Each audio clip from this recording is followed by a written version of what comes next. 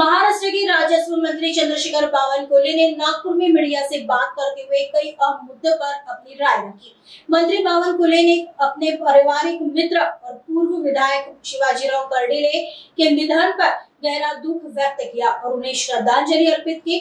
उन्होंने कहा, आज हमारे पारिवारिक मित्र और जिन्होंने अपना पूरा जीवन जनता की सेवा के लिए समर्पित कर दिया, शिवाजीराव कर्डिले का निधन हो गया। मैं उन्हें श्रद्धांजलि अर्पित करता हूँ। आज आमचे पारिवारिक मित्र आणि ज्यांनी आपलं संपूर्ण आयुष्य हे समाजाकरता समर्पित केलं आणि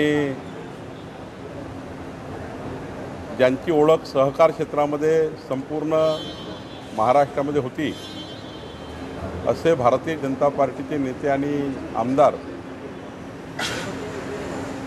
शिवाजीराव कर्डिलेजी यांचं निधन झालं।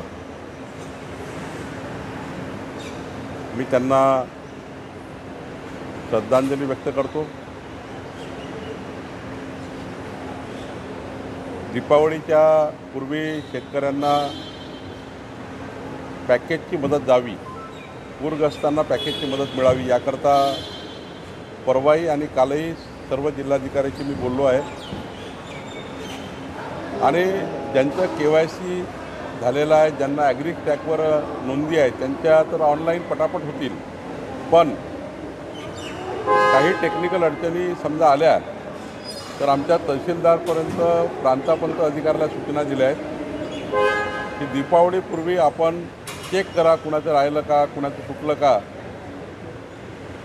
पण सरकारचा पूर्ण प्रयत्न आहे की दीपावलीपूर्वी शेतकऱ्यांना मदत मिळावी याकरता प्रशासन सज्ज झालेलं आहे, यावर आम्ही काम करतो आहे। 100% आमची महसूल यंत्रणा या कामी असणार आहे। उद्याही मी एक व्हिडिओ कॉन्फरन्स तहसीलदार पण घेणार आहे आणि या माध्यमातून काही अडचणी आल्या सरकारकडनं त्या सोडवू, पण आमचे तहसीलदारपर्यंत प्रशासनाचे अधिकारी जी मदत मान्य झाली आहे ती मदत पोहोचवणार आहे। वडेट्टीवारला आता काही बोलावं लागतं म्हणून ते बोलतात, शेवटी विरोधी पक्षात असल्यावर काही ना काही बोलावं लागतं। त्यामुळं राजकीय बोलणं हे सोडून दीपावलीच्या चांगल्या पर्वावर या राज्यातलं राजकीय वातावरण हे दिवसभर राजकारणाकरता खर्च न करता जे या ठिकाणी आज आपल्या राज्यावर परिस्थिती आहे, शेतकऱ्यांना मदत करणे, सर्व पक्षांनी एकत्र येऊन या ठिकाणी दीपावली